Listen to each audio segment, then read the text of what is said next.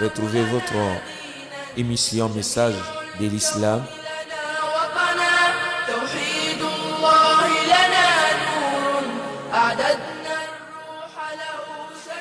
chaque mardi et jeudi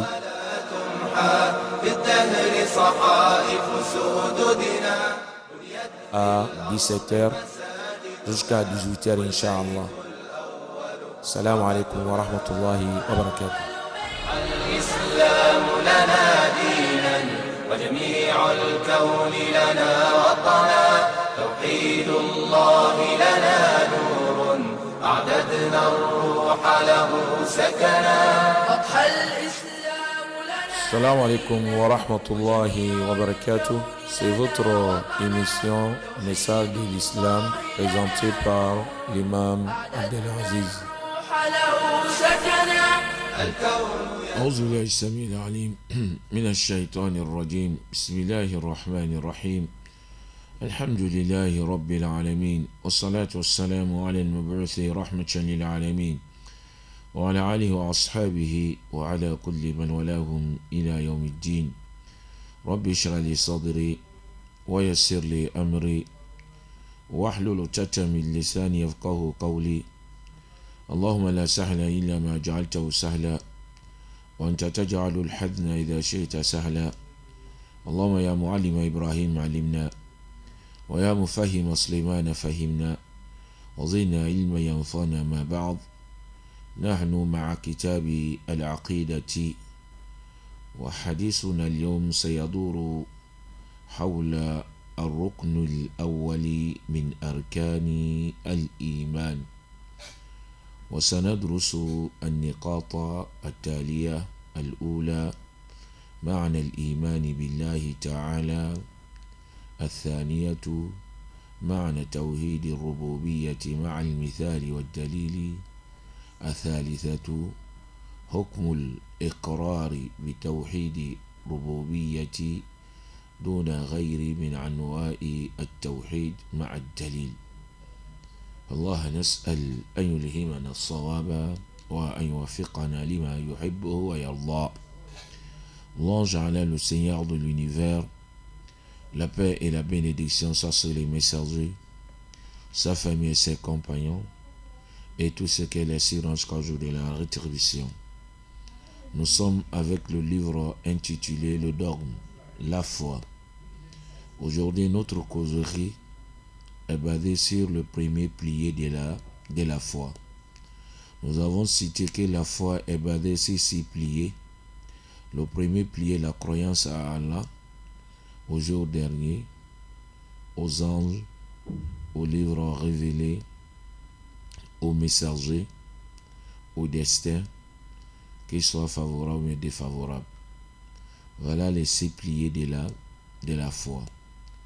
Aujourd'hui, notre causerie, ça sera basé sur le premier pilier de la foi. Il s'agit de la croyance à Allah. Et dans cette leçon, on va élaborer 4 points, Inch'Allah. Premier point, quel est le sens de la croyance en Allah? Quel est le sens de la croyance en Allah? Et le deuxième point, quel est le sens de l'unicité de la Seigneurie? Quel est le sens de l'unicité de la Seigneurie? Et le troisième point, quel est le statut de la personne qui a confirmé l'unicité de la Seigneurie sans les autres parties de l'unicité? Quel est la statut de la personne qui a confirmé l'unicité de la Seigneurie, mais il n'est pas confirmé le reste de l'unicité? Quel est son statut? Est-ce qu'il est musulman ou bien n'est pas musulman? Voilà les points qu'on va élaborer ensemble. On va commencer par le premier point. الركن الأول الإيمان بالله. Le premier pilier de la foi, la croyance en Allah. Ma'na al-iman billah. Quel est le sens de la croyance en Allah? Nous tous, nous croyons en Allah. Nous sommes des croyants. Quel est le sens de cette croyance? Al-iman billahi al-i'tiqad al-jazim bi anna Allah rabb kulli shay'in wa malikuhu wa khaliquhu wa annahu alladhi yastahiqu al-ibadata wahdahu wa annahu al-muttasif bi sifati al-kamal المنزه عن كل نقص وعيب مع التزام ذلك وعمل بمقتضاه. La croyance en Allah, c'est d'avoir la conviction que Allah est le Seigneur de toutes choses, son maître et son créateur. Allah est le Seigneur de toutes choses, son maître et son créateur.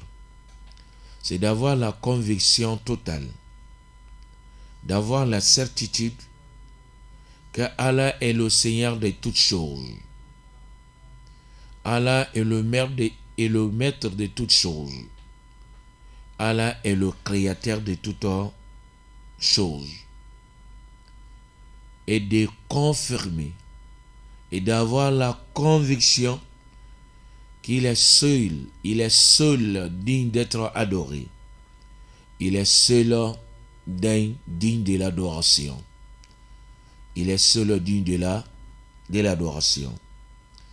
D'avoir la conviction qu'il est qualifié avec toutes les qualités parfaites, saint de tous les manquements et défauts. Oui, la croyance en Allah demande ces trois choses. De croire qu'il est le Seigneur de toutes choses, son maître et son créateur. De croire qu'il est digne de l'adoration. De croire qu'il est qualifié avec toutes les qualités parfaites. Il est saint de tous les manquements et défauts. Il est saint de tout manquement et défaut, et de suivre cela et de travailler avec ses exigences. Voilà la définition de la croyance en Allah. Oui, je crois en Allah. Seulement tu crois qu'il est le Seigneur. Tu crois qu'il est le maître de toutes choses. Tu crois qu'il est le créateur. Tu crois qu'il est digne de l'adoration. Et tu crois aussi que toutes les qualités parfaites lui appartiennent. Il est saint de tous les manquements et défauts. Voilà la croyance en Allah. Lorsque tu dis je crois en Allah, il est demandé de regrouper, de réunir, de rassembler ces trois choses. La croyance qu'il est le Seigneur de toutes choses, son maître, son créateur. Il est digne de l'adoration. Il est qualifié avec toutes les qualités parfaites. Voilà le sens de la croyance en Allah. Pour montrer je crois en Allah, ce n'est pas un mot seulement qu'on prononce, mais ça demande le comportement. Ça demande une conviction dans le cœur. Oui, la croyance en Allah, ce n'est pas un mot qu'on le prononce, mais ça demande le comportement. Ça demande aussi la conviction. Je crois en Allah, c'est la conviction totale que Allah est le Seigneur de toutes choses, son maître, son créateur. Il est digne de l'adoration et il est qualifié avec toutes les qualités parfaites. Voilà la définition de la croyance en Allah. Lorsque nous regardons cette définition, on va faire sortir dedans les trois qualités de l'unicité. Oui, cette définition enveloppe les trois qualités de l'unicité. Parce que l'unicité enveloppe trois qualités. L'unicité de la seigneurie, l'unicité de la divinité, l'unicité des noms et des attributs. Tawhidul rububiyyati, tawhidul uluhiyyati, tawhidul asma'i was sifat. Lorsque nous regardons la définition, on va trouver ces trois qualités de l'unicité dedans. Parce que nous avons dit dans la définition, c'est la conviction totale que Allah est le créateur de toutes choses, son maître et son seigneur. Cela est l'unicité de la seigneurie. Il est digne de l'adoration. Cela est l'unicité de la divinité et toutes les qualités parfaites lui appartiennent. Cela aussi est l'unicité des noms et des attributs. Voilà la définition. La définition de la croyance en Allah enveloppe ces trois qualités de l'unicité. Tawhidul rububiyyati, tawhidul uluhiyyati, tawhidul asma'i wa sifat. Lorsque on nous pose la question, les savants, ils ont trouvé ça où? Il dit l'unicité est divisée en trois parties. On va dire le savant, ils ont travaillé, ils ont œuvré pour nous. Le savant, ils ont étudié les textes coraniques. Si Allah parle sur lui-même, c'est ces trois qualités-là. Il parle qu'il est le Seigneur, ou il parle sur sa divinité, ou il parle sur ses noms et ses attributs. Lorsque nous regardons dans le Coran, on va trouver ces trois qualités-là. Et en dehors de cela, on ne trouvera rien encore. Lorsque tu vas lire le Coran, Allah va parler sur lui-même. Ce qu'il lui-même il avait. On appelle ça l'unicité de la seigneurie. De tout ce que lui-même il avait. Il va te montrer la création des cieux et la terre, ta création, l'attenant de la nuit et des jours. Celui qui fait descendre la pluie, celui qui est le pouvoir, celui qui donne la vie, celui qui donne la mort. Il parle sur lui-même, ce qu'il lui-même il fait. On appelle ça l'unicité de la seigneurie. Et la deuxième qualité, il parle de demander les gens de lui adorer. Il demande les gens de lui adorer. De lui adorer.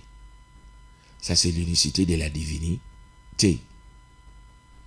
Ou bien, il parle sur ses noms et ses attributs. Il parle sur ses noms et ses attributs. Si nous regardons dans le Saint-Coran, nous trouverons ces trois qualités. Et en dehors de ces trois qualités, tu ne trouveras jamais encore une autre qualité. Et Allah a réuni tout cela dans un verset. Il a dit Rabbus samawati wal ardi fa'buduhu wastabir li'ibadatihi hal ta'lamu lahu samiyya. Il a dit le créateur de cieux et la terre. Fa'buduhu, il faut lui adorer. Le créateur des cieux et la terre, ça c'est l'unicité de la seigneurie. Fa'buduhu, l'unicité de la divinité. Hal ta'lamu lahu samiyya. Ça c'est l'unicité des noms et des attributs. Voilà les trois qualités de l'unicité. Si les musulmans croient en Allah, sa croyance doit envelopper ces trois qualités. L'unicité de la Seigneurie, l'unicité de la divinité, l'unicité des noms et des attributs.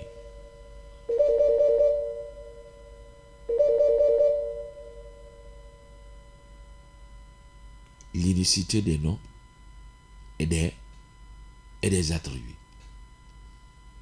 Il est demandé à chaque musulman de réunir ces trois qualités de l'unicité. Si tu crois en Allah, il faut réunir ces trois qualités. L'unicité de la Seigneurie, l'unicité de la divinité, l'unicité des noms et des attributs. Après cela,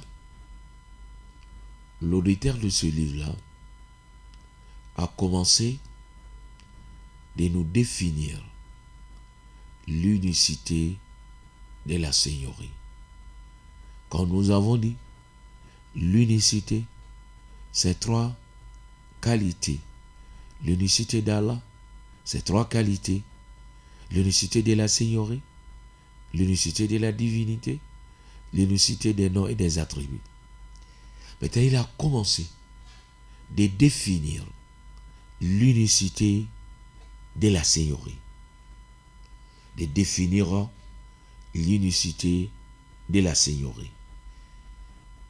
Awalan, premièrement, Tawhidu ar-Rububiyyati, l'unicité de la Seigneurie. Ta'rifu, sa signification, sa définition. Quelle est la définition de Tawhidu ar-Rububiyyati? Huwa tawhidullahi bi af'alihi. La définition de Tawhidu ar-Rububiyyah, huwa tawhidullahi bi af'alihi. C'est de rendre Allah unique dans ses actes.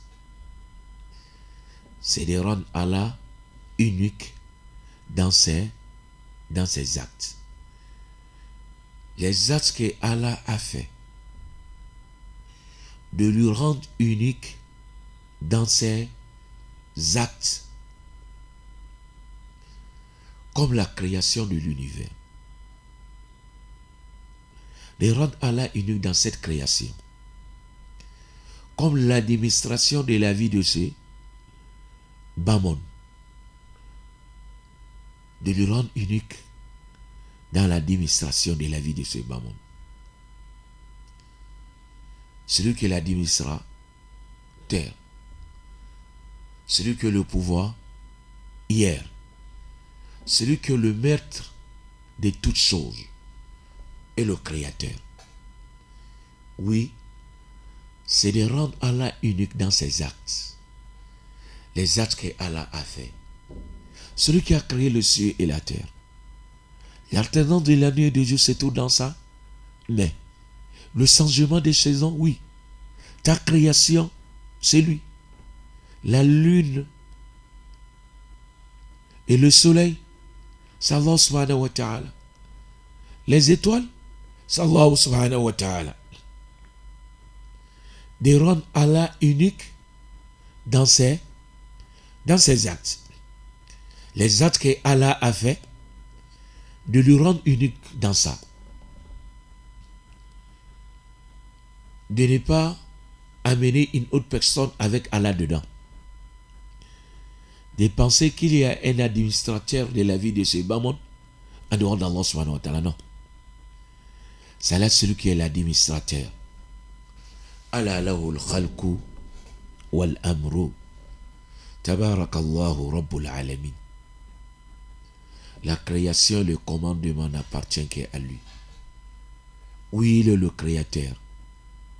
celui qui a créé et celui qui est le commandant, celui qui donne l'ordre. La création et le commandement lui appartient. Voilà la définition de Tawhid al-Rububiyyati. Tawhid al-Rububiyya, c'est de rendre Allah unique dans ses actes. Les actes que Allah a posés, les choses que Allah a fait et les choses que Allah fait, de lui rendre unique dans ses actes. Puis il a précisé cela.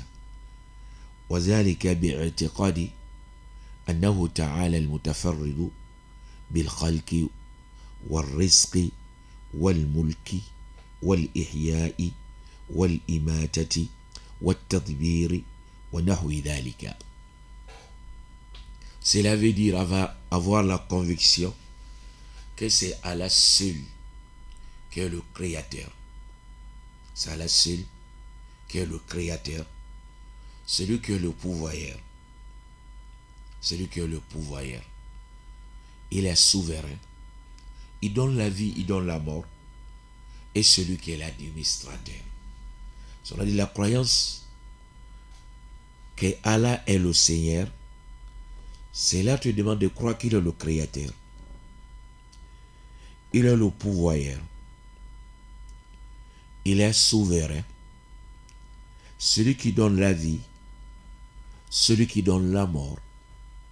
Il est l'administrateur de toutes choses. Celui qui est l'administrateur de la vie de ces bamons. C'est ça, il a dit, قال تعالى ألا له الخلق والأمر تبارك الله رب العالمين. Écoutez, la création et le commandement n'appartient qu'à lui. La création et le commandement n'appartient qu'à lui. Béni soit-il Allah, le Seigneur de l'univers. La création lui appartient. Si nous regardons dans le Saint-Coran, dans le premier chapitre, Allah a dit Alhamdulillahi Rabbil Alamin. Louange à Allah, le Seigneur de l'univers. Oui, il est le Seigneur de l'univers. Il est l'administrateur. Il est le pourvoyeur. Il est le pouvoir hier. Celui qui donne la vie, celui qui donne la mort. Oui, s'il a décidé de donner la vie, nul ne peut l'empêcher. S'il a décidé aussi, s'il a décidé de racher la vie, nul ne peut l'empêcher. Oui, nul ne peut l'empêcher. Tout cela appartient à Allah, lui seul. C'est Allah seul qui fait tout cela. Il est le pourvoyeur, il est l'administrateur, créateur, Seigneur. Il donne la vie, il donne la mort. C'est ce qu'il a dit dans le Saint-Coran. Ala lawul khalqu wal amru tabarakallahu rabbul alamin. Écoutez, la création et le commandement n'appartient qu'à lui. Béni soit-il Allah, le Seigneur de l'univers.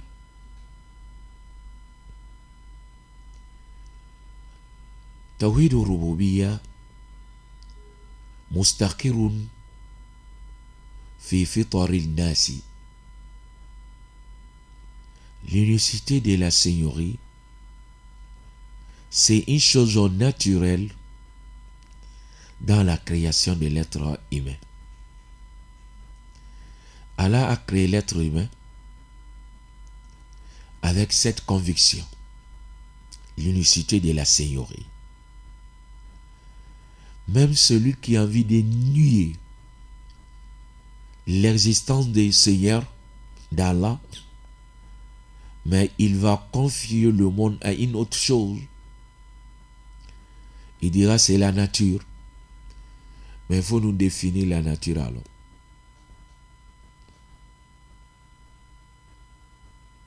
La nature c'est quoi?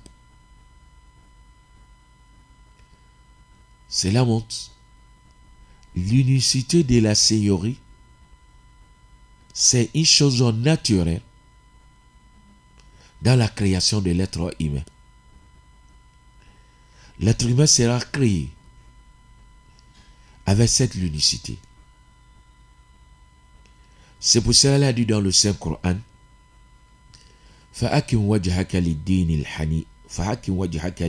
حَنِيفًا فِطْرَةَ اللَّهِ الَّتِي فَطَرَ النَّاسَ عَلَيْهَا لَا تَبْدِيلَ لِخَلْقِ اللَّهِ ذَلِكَ دِينُ الْقَيِّمِ. Allah a dit, dirige ta face vers la religion de la droiture. La religion d'Allah sur laquelle il a créé les gens. Pas de changement dans sa création. Pas de changement dans sa création. Et voici la religion de la droiture. Oui, dirige ta face vers la religion de la droiture. فِطْرَةَ اللَّهِ الَّتِي فَطَرَ النَّاسَ عَلَيْهَا. La religion sur laquelle Allah a créé les gens. La tabdila li khalqillah. Pas de changement dans la création d'Allah. Dhalika dinul qayyim. Cela est la religion de la droiture. Oui, l'unicité de la Seigneurie se trouve dans la nature de l'être humain. L'être humain est créé avec l'unicité de la Seigneurie. C'est ça la dit fitrat Allah allati fatara an-nas alayha. Telle est la religion d'Allah sur laquelle il a créé les gens. Si nous regardons dans le hadith, le prophète sallallahu alayhi wa sallam a confirmé la même chose. قال رسول الله صلى الله عليه وسلم ما من مولود إلا يولد على الفطرة فأبواه يهودانه أو ينصرانه أو يمجسانه. ما من مولود إلا يولد على الفطرة فأبواه يهودانه أو ينصرانه أو يمجسانه. Le prophète sallallahu alayhi wa sallam a dit, chaque enfant né sera né avec l'unicité de la Seigneurie.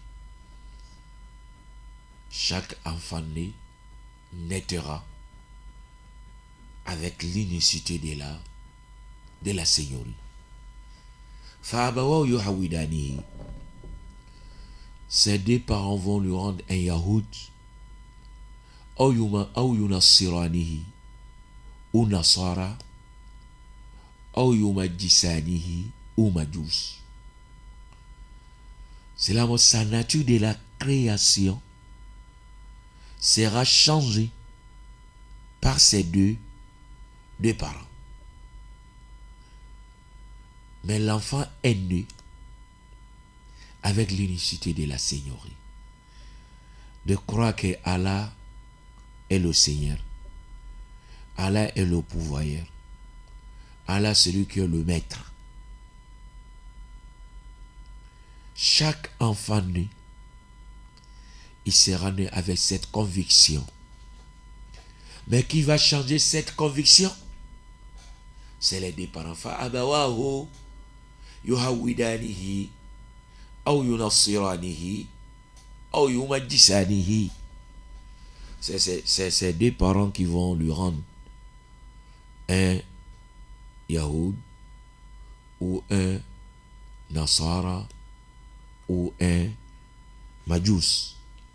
Si nous regardons, ولم يكن يسلمانه لأن الإسلام موجود في أصل الفطرة. Si nous regardons le hadith là, le prophète n'est pas dit que ces deux parents vont lui rendre musulman. Il n'est pas dit ça. Il n'est pas dit que ces deux parents vont lui rendre musulman. Pourquoi il n'est pas dit ça? Parce que il est né avec l'islam,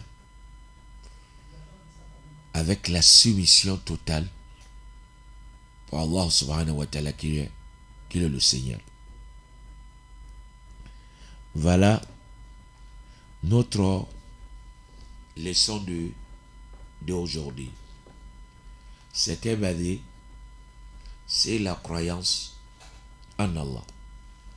Nous avons dit la croyance en Allah, c'est d'avoir la conviction que Allah, c'est d'avoir la conviction que Allah est le Seigneur de toutes choses, son maître, son créateur. Il est digne de l'adoration et il est qualifié avec toutes les qualités parfaites. Et cette définition a enveloppé les trois qualités de l'unicité. L'unicité d'Allah, l'unicité de la Seigneurie, l'unicité de la divinité, l'unicité des noms et des attributs. Après, on a défini l'unicité de la Seigneurie. Nous avons dit l'unicité de la Seigneurie, c'est de rendre Allah unique dans ses actes. Les actes que Allah a posés, les choses que Allah a fait, les choses que Allah fait, de le rendre unique dans ça. Comme la création, celui qui est le créateur, celui qui est le pourvoyeur, l'administrateur, il donne la vie, il donne la mort. L'unicité de la Seigneurie, c'est une unicité qui se trouve dans la nature de l'être humain. L'être humain est créé avec. L'être humain est créé avec l'unicité de la Seigneurie, comme cela est confirmé dans le Saint-Coran et dans la parole de notre prophète Mohammed sallallahu alayhi wa sallam. Voilà notre leçon d'aujourd'hui qui était basée sur la croyance en Allah. Nous demandons à Allah de nous faciliter la compréhension et de nous orienter vers le droit chemin.